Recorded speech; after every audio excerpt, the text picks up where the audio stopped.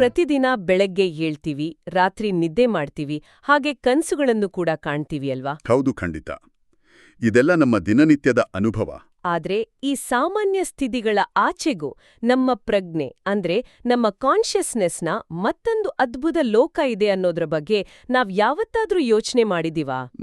ಸಾಮಾನ್ಯವಾಗಿ ನಾವು ಆಳವಾಗಿ ಯೋಚನೆ ಮಾಡಿರಲ್ಲ. ಸೌ ಅನೀತಾ ಅರವಿಂದ್ ಸರಾಫ್ ಅವರು ಬರೆದಿರುವ ಗಾಯತ್ರಿ ಚೈತನ್ಯ ಅನ್ನೋ ಪುಸ್ತಕದಲ್ಲಿ ಈ ಬಗ್ಗೆ ಬಹಳ ವಿಸ್ಮಯಕಾರಿಯಾದ ವಿಚಾರಗಳಿದ್ದಾವೆ. ಇವತ್ತು ನಾವು ಈ ಜ್ಞಾನ ಭಂಡಾರದಲ್ಲಿ ಅಡಗಿರುವ ಮನುಷ್ಯನ ಪ್ರಜ್ಞೆಯ ವಿವಿಧ ಹಂತಗಳು ಮತ್ತು ಶಬ್ದ ತರಂಗಗಳ ವಿಜ್ಞಾನನ ಸ್ವಲ್ಪ ಆಳವಾಗಿ ಅರ್ಥ ಮಾಡ್ಕೊಳ್ಳೋಣ. ಇದು ಇಂದಿನ ಕಾಲಘಟ್ಟದಲ್ಲಿ ಬಹಳ ಮುಖ್ಯವಾದ ಚರ್ಚೆ. ಏನಂದ್ರೆ, ಗಾಯತ್ರಿ ಚೈತನ್ಯದಲ್ಲಿ ವಿವರಿಸಿರೋ ವಿಚಾರಗಳು ಕೇವಲ ಯಾವುದೋ ಕಾಲ್ಪನಿಕ ತತ್ವಜ್ಞಾನ ಅಲ್ಲ. ಅಂದ್ರೆ ಇದೊಂದು ವಿಜ್ಞಾನ ಅಂತ ಹೇಳ್ಬೋದಾ? ಹೌದು. ನಮ್ಮ ಮನಸ್ಸು ನಿಖರವಾಗಿ ಹೇಗೆ ಕೆಲಸ ಮಾಡುತ್ತೆ, ಆಲೋಚನೆಗಳು ಎಲ್ಲಿಂದ ಬರ್ತಾವೆ ಮತ್ತು ಒಂದು ಸಾಮಾನ್ಯ ಮನುಷ್ಯ ತನ್ನ ಗರಿಷ್ಠ ಸಾಮರ್ಥ್ಯನ ಹೇಗೆ ತಲುಪ್ಬೋದು ಅನ್ನೋದನ್ನ ಇದು ಬಹಳ ವೈಜ್ಞಾನಿಕವಾಗಿ ತೆರೆದಿಡುತ್ತೆ. ನಿಜ.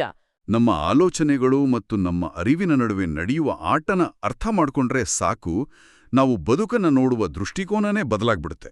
ಹಾಗಾದ್ರೆ ಈ ಅರಿವಿನ ಆಟನ ಮೊದಲ ಹಂತದಿಂದಲೇ ಬಿಸ್ತಾ ಹೋಗೋಣ. ನಮ್ಗೆಲ್ಲರಿಗೂ ಗೊತ್ತಿರೋ ಹಾಗೆ 3 ಸಾಮಾನ್ಯ ಹಂತಗಳಿದಾವೆ: ಎಚ್ಚರ, ಕನಸು ಮತ್ತೆ ಗಾಢವಾದ ನಿದ್ದೆ.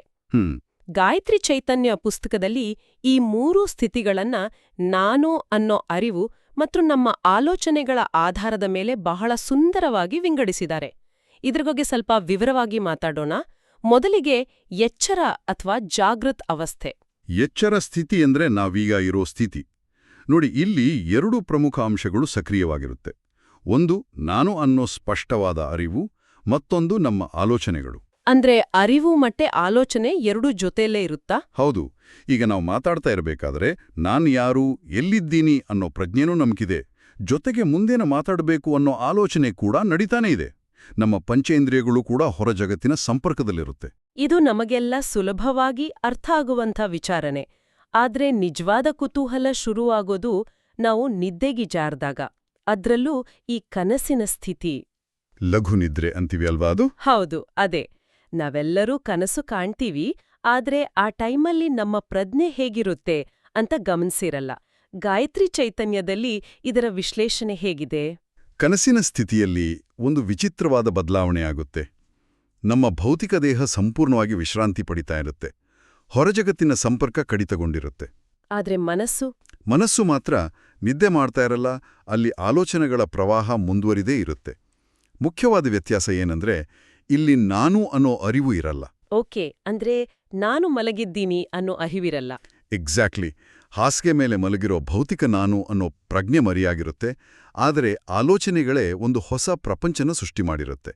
ದೇಹ ಮಲಗಿದ್ರೂ ಮನಸ್ಸು ಬಹಳ ಆಕ್ಟಿವ್ ಆಗಿರುತ್ತೆ. ಅದಕ್ಕೆ ಅಲ್ವಾ ನಾವು ಕೆಲವೊಮ್ಮೆ 8 ಗಂಟೆ ನಿದ್ದೆ ಮಾಡಿದ್ರೂ ಬೆಳಗ್ಗೆ ಎದ್ದಾಗ ಸುಸ್ತಾದ ಹಾಗೆ ಆಗುತ್ತೆ. ಖಂಡಿತ. ಇಡೀ ಮನಸ್ಸು ಕನಸಿನಲ್ಲಿ ಓಡಾಡಿ, ಯುದ್ಧ ಮಾಡಿ ಅಥವಾ ಯಾವುದೋ ಕಥೆಗಳಲ್ಲಿ ಭಾಗಿಯಾಗಿ ಸುಸ್ತಾಗಿರುತ್ತೆ. ಭೌತಿಕವಾಗಿ ನಿದ್ದೆ ಮಾಡಿದ್ರೂ ಮಾನಸಿಕವಾಗಿ ಕೆಲ್ಸ ಮಾಡಿರ್ತೀವಿ. ನಿಖರವಾಗಿ ಹೇಳಿದ್ರಿ. ಅದೇ ಕಾರಣಕ್ಕೆ ಈ 3ನೇ ಹಂತ ಇದೆಯಲ್ಲ, ಗಾಢ ನಿದ್ರಾ ಸ್ಥಿತಿ ಅಥವಾ ಸುಷುಪ್ತಿ, ಅದು ಬಹಳ ಪ್ರಾಮುಖ್ಯತೆ ಪಡ್ಕೊಳ್ಳುತ್ತೆ. ಸುಷುಪ್ತಿ? ಹೌದು. ಈ ಹಂತದಲ್ಲಿ ಸಂಪೂರ್ಣ ನಿಶ್ಶಬ್ದ ಇರುತ್ತೆ. ನಾನು ಅನ್ನೋ ಅರಿವೂ ಇರಲ್ಲ, ಜೊತೆಗೆ ಯಾವುದೇ ಆಲೋಚನೆಗಳು ಕೂಡ ಇರಲ್ಲ. Complete blank. ಹೌದು. ನಮ್ಮ ಕೈಕಾಲು, ಕಣ್ಣು, ಕಿವಿ ಎಲ್ಲ ಇಂದ್ರಿಯಗಳು ಮತ್ತೆ ನಮ್ಮ ಮನಸ್ಸು, ಬುದ್ಧಿ ಎಲ್ಲವೂ ಸಂಪೂರ್ಣವಾಗಿ ಸ್ವಿಚ್ ಆಫ್ ಆಗಿ ನಮ್ಮ ಮೂಲ ಚೈತನ್ಯದಲ್ಲಿ ಸೇರ್ಕೊಳ್ಳುತ್ತೆ.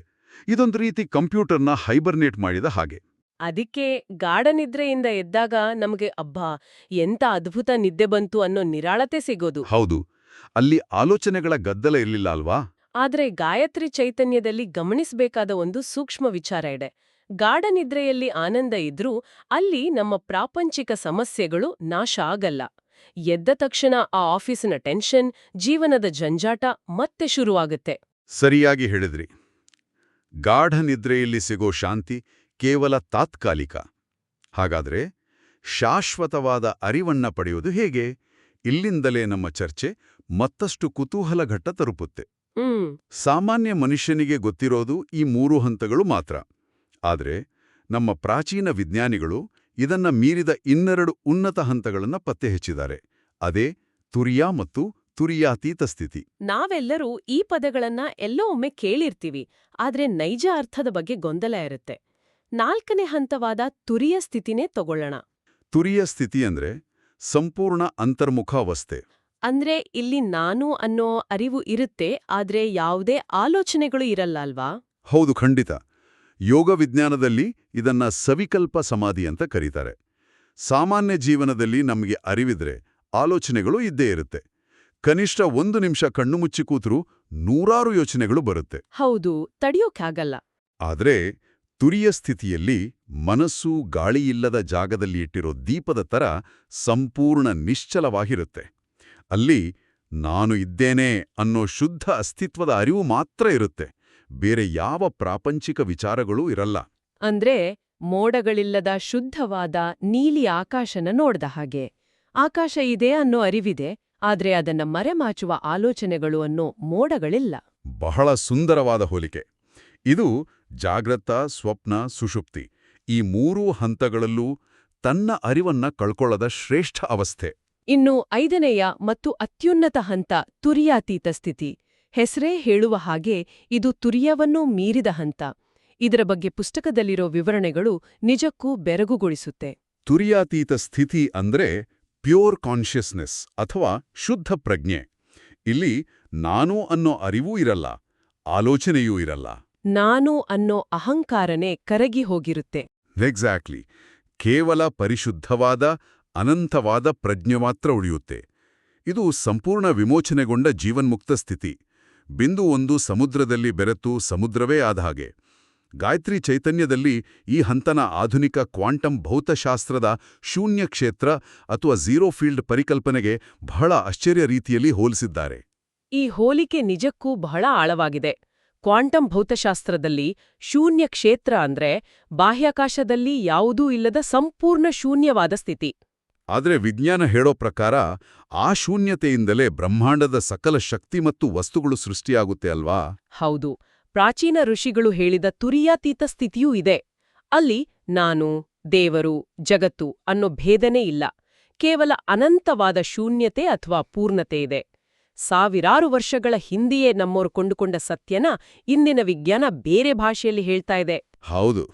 ಭೌತಶಾಸ್ತ್ರ ವಸ್ತುಗಳ ಮೂಲ ಹುಡುಕುತ್ತಾ ಕ್ವಾಂಟಮ್ ಜಗತ್ತಿಗೆ ಹೋದ್ರೆ, ನಮ್ಮ ಪ್ರಾಚೀನರು ಪ್ರಜ್ಞೆಯ ಮೂಲನ ಹುಡುಕುತ್ತಾ ತುರಿಯಾತೀತ ತಲುಪಿದ್ರು. ಇಲ್ಲಿ ಮನುಷ್ಯನ ವ್ಯಕ್ತಿತ್ವ ಕರಗಿ ಹೋಗಿ ಭೂಮಿಯ ವ್ಯಕ್ತಿತ್ವವಾಗಿ ಮಾರ್ಪಾಡಾಗುತ್ತೆ. ಇದನ್ನೇ ಮೋಕ್ಷಸ್ಥಿತಿ ಅನ್ನೋದು. ಆದ್ರೆ ಈ ಹಂತನ ತಲುಪೋದು ಹೇಗೆ? ಕೇವಲ ಪುಸ್ತಕ ಓದಿ ಅರ್ಥ ಮಾಡ್ಕೊಳ್ಳೋಕಾಗತ್ತಾ? ಖಂಡಿತ ಇಲ್ಲ. ಇಲ್ಲಿ ನಾವು ರಾ ಬೇಂದ್ರೆಯವರ ಒಂದು ಅದ್ಭುತವಾದ ಸಾಲನ್ನು ನೆನಪಿಸ್ಕೊಳ್ಬಹುದು. ಯಾವ ಸಾಲು? ಅನುಭವಿ ಜಗತ್ತಿನ ಕಾರ್ಯವನ್ನು ಹುಡುಕುತ್ತಾನೆ, ಅನುಭಾವಿ ಜಗತ್ತಿನ ಕರ್ತೃವನ್ನೇ ಹುಡುಕುತ್ತಾನೆ ಅಂತ. ಆಹಾ, ಅದ್ಭುತ. ಸಾಮಾನ್ಯ ಮನುಷ್ಯ ಅಂದ್ರೆ ಅನುಭವಿ ಜಗತ್ತಿನಲ್ಲಿ ನಡೆಯುವ ಘಟನೆಗಳ ಹಿಂದೆ ಓಡ್ತಾನೆ.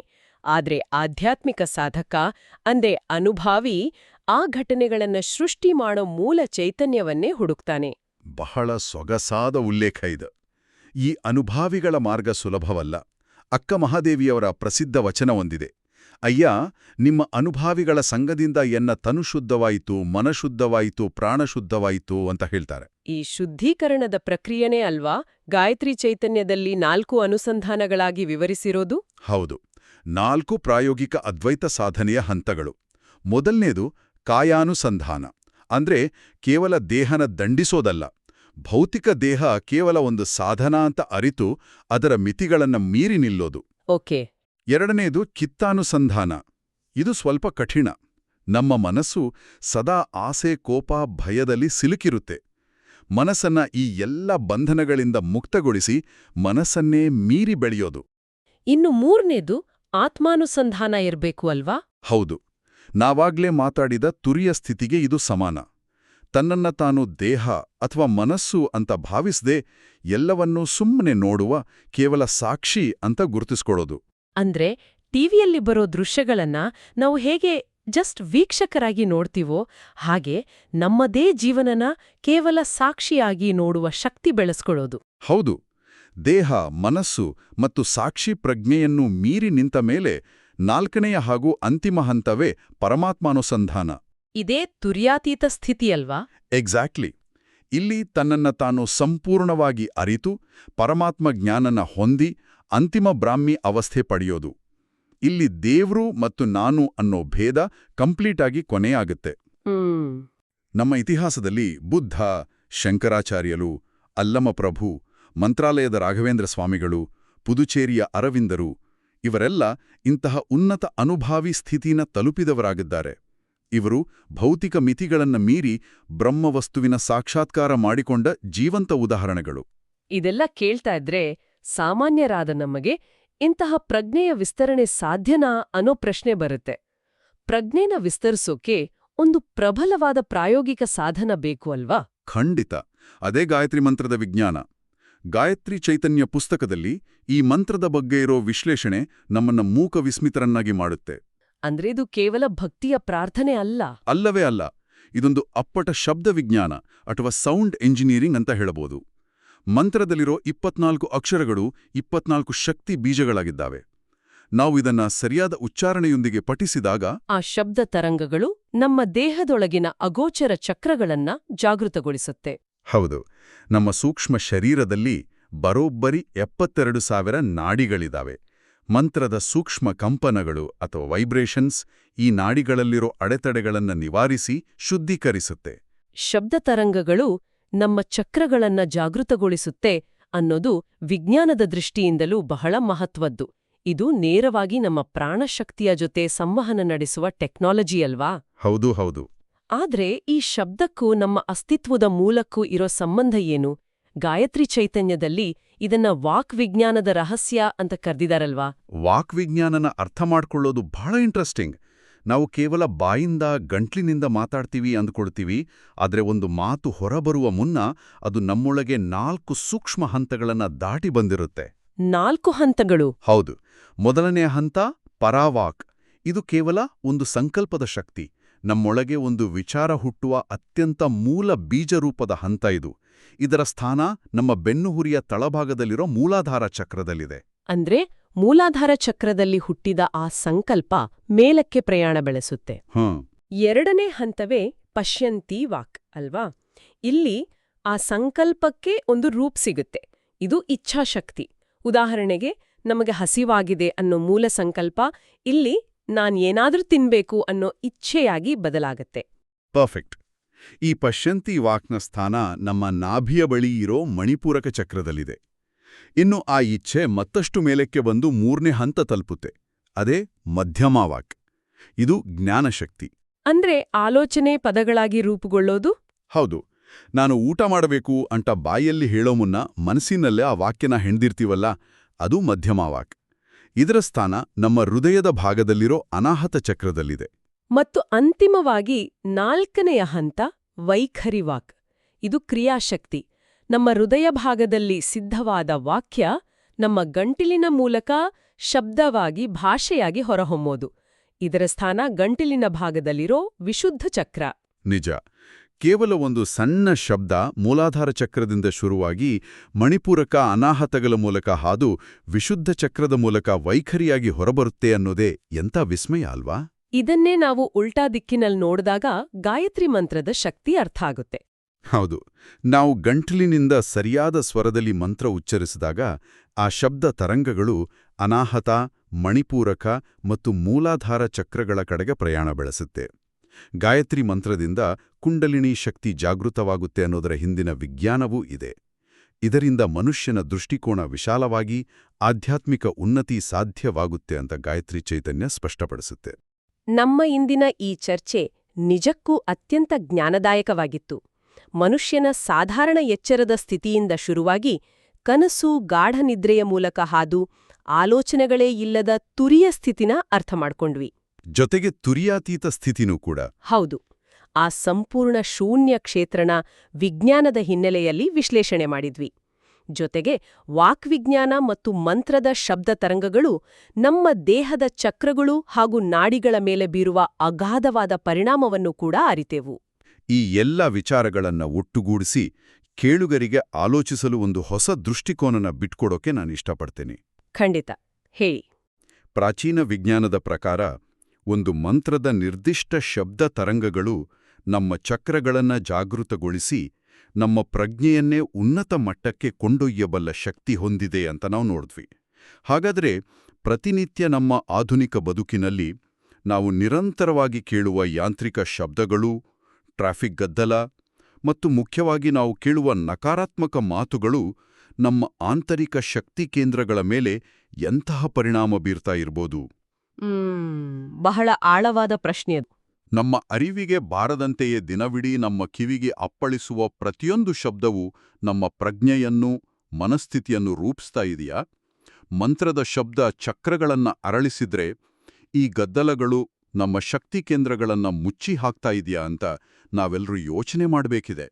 ಅತ್ಯಂತ ಪ್ರಚೋದನಾತ್ಮಕವಾದ ಹಾಗೂ ನಮ್ಮೆಲ್ಲರ ದೈನಂದಿನ ಜೀವನಕ್ಕೆ ನೇರವಾಗಿ ಅನ್ವಯಿಸುವಂತಹ ಪ್ರಶ್ನೆನ ಕೇಳಿದಿರಾ. ನಾವು ಆಡುವ ಮಾತು ಮತ್ತು ನಾವು ಕೇಳುವ ಶಬ್ದಗಳ ಬಗ್ಗೆ ನಾವೆಷ್ಟು ಜಾಗರೂಕರಾಗಿರ್ಬೇಕು ಅನ್ನೋದನ್ನ ಇದು ಎಚ್ಚರಿಸುತ್ತೆ. ಪ್ರಜ್ಞೆ ಮತ್ತು ಶಬ್ದದ ಈ ವಿಸ್ಮಯಕಾರಿ ಪ್ರಪಂಚದ ಬಗೆನ ಈ ಚರ್ಚೆ ಎಲ್ಲರಿಗೂ ಹೊಸ ಒಳನೋಟಗಳನ್ನ ನೀಡಿದೆ ಅಂತ ಭಾವಿಸ್ತೀವಿ. ಎಲ್ಲರ ಆಲೋಚನೆಗಳು ಹಾಗೂ ಕೇಳುವ ಶಬ್ದಗಳು ಸದಾ ಸಕಾರಾತ್ಮಕವಾಗಿರ್ಲಿ.